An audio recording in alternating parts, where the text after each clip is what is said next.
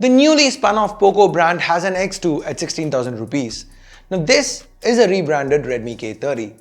Redmi themselves have a Redmi Note 8 Pro at 15,000 rupees. This gives potential buyers shopping for a phone in the 15K segment an interesting conundrum. Should you buy the Note 8 Pro or pay 1,000 rupees more and go for the Poco X2? In today's video, I'm going to help you make that exact decision. Hey guys, Ash here from C4D Tech, and if you do end up finding this comparison video useful, subscribe and please turn on notifications by hitting that bell icon. Let's get this comparison started.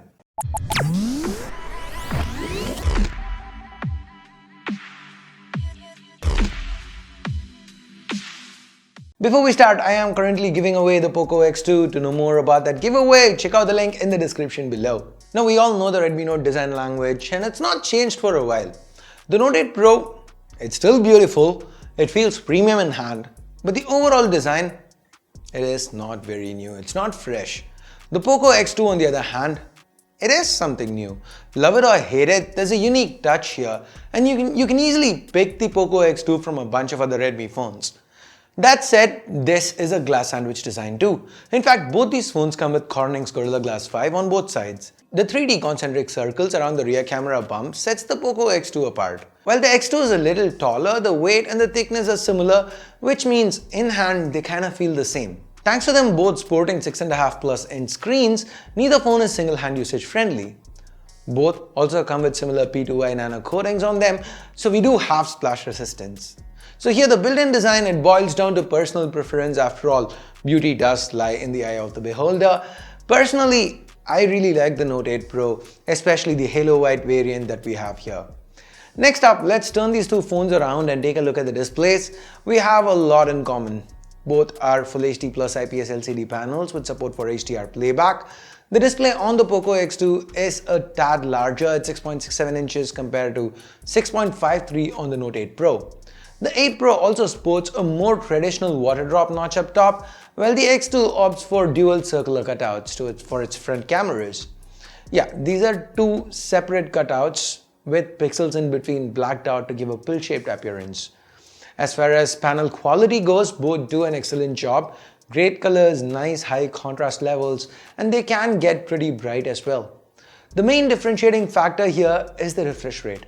The Poco X2 sports a 120Hz panel, and that just makes everything feel buttery smooth. Scrolling through menus feels faster, apps seem snappier, overall the entire phone feels like it's responding faster. Talking about speed, let's talk internals. We have the Mediatek Helio G90T on the Redmi Note 8 Pro, while the Poco X2 is powered by Qualcomm Snapdragon 730G. The Snapdragon 730G is the more powerful chip all round.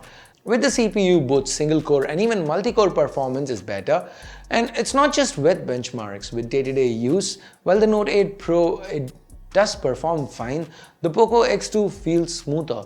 The 730G does at times struggle to push a consistent 120 frames a second, so there are a few micro stutters and frame drops here and there, but the overall user interface feels more snappier and responsive than any 60Hz phone out there, not just the Note 8 Pro. Now as far as memory and storage go, 664 is the base, there are 8GB RAM options and 128GB variant also available. The X2 goes a step further, offering 256GB of storage for the 8GB RAM option. The Note 8 Pro tops out at 8128. Both phones offer storage expandability, though it is the Note 8 Pro that holds an edge here with a dedicated slot for microSD.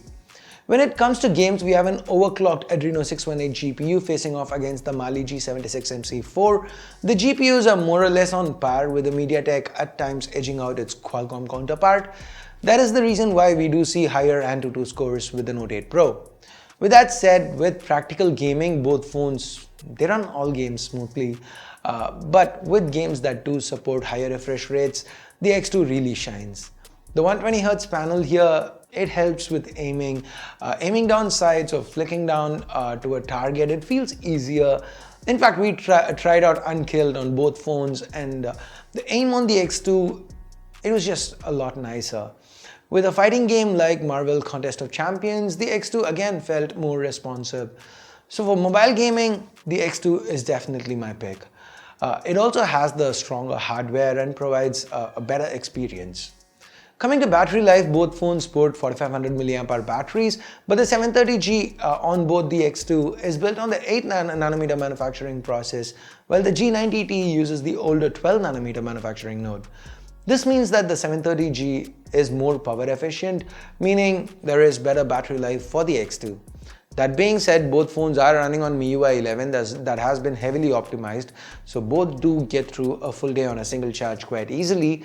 It's just that the X2 does last longer. Now when it comes to charging speeds, the X2 again holds an advantage since we have a 27-watt fast charger here. The Note 8 Pro tops out at 18. Now we briefly touched on MIUI 11 before, so let's take a closer look at the software here.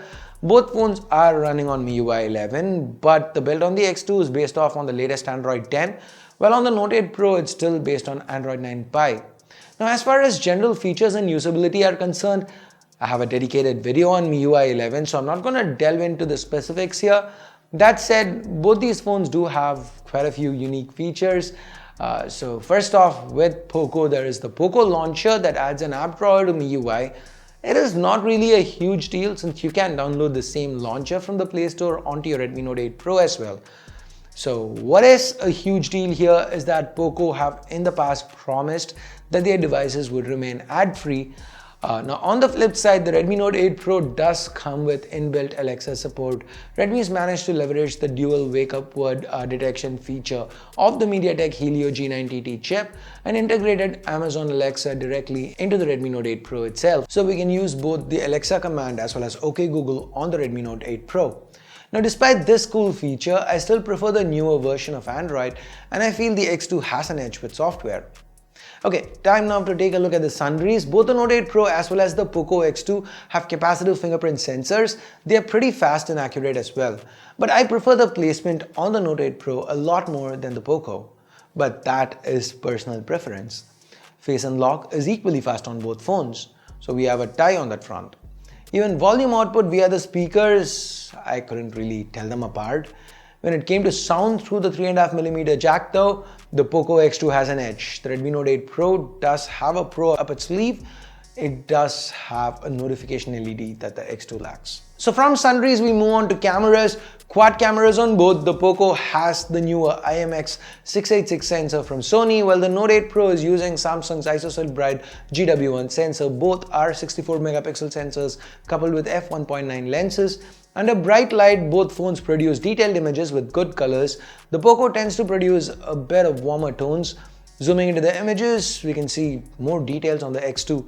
Just look at the texture of the fur, how clearly it's visible on the Poco. When it comes to low light photography, the Sony sensor absolutely blows the Samsung away. The Poco X2 has a lot lower noise levels while retaining way more detail. The only positive for the Note 8 Pro is that it does tend to have better, more saturated colors. Both phones have an 8 megapixel ultra-wide sensor, and it's no surprise that the images here are almost identical, given the hardware is probably, in fact, identical.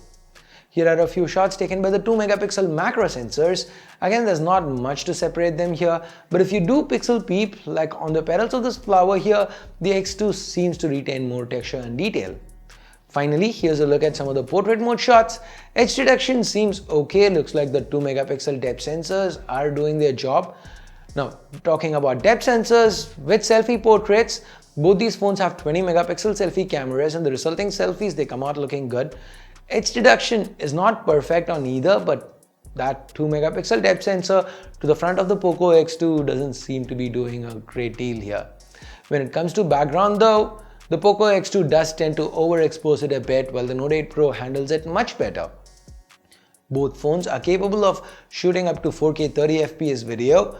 And the one thing that immediately stands out here is how much more stable the footage actually is, the one that's shot by the Poco X2.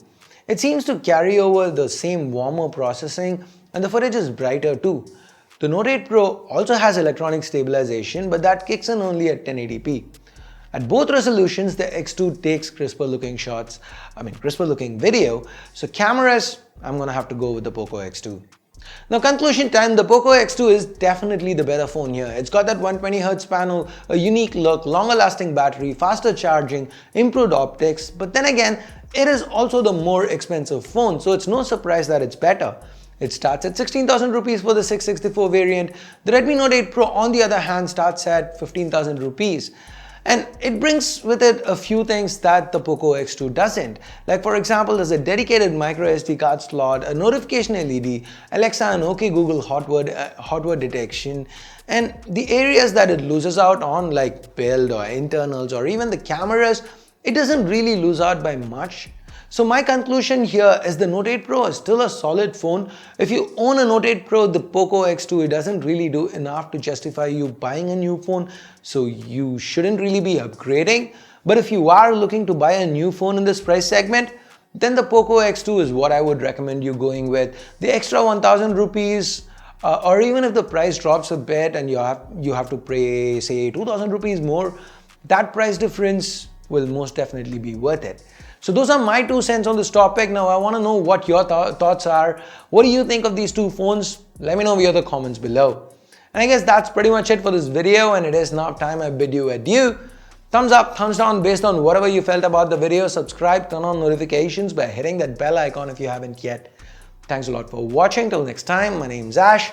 You've been watching C4E Tech, and I'm signing off for now. You guys have a great day. Bye-bye.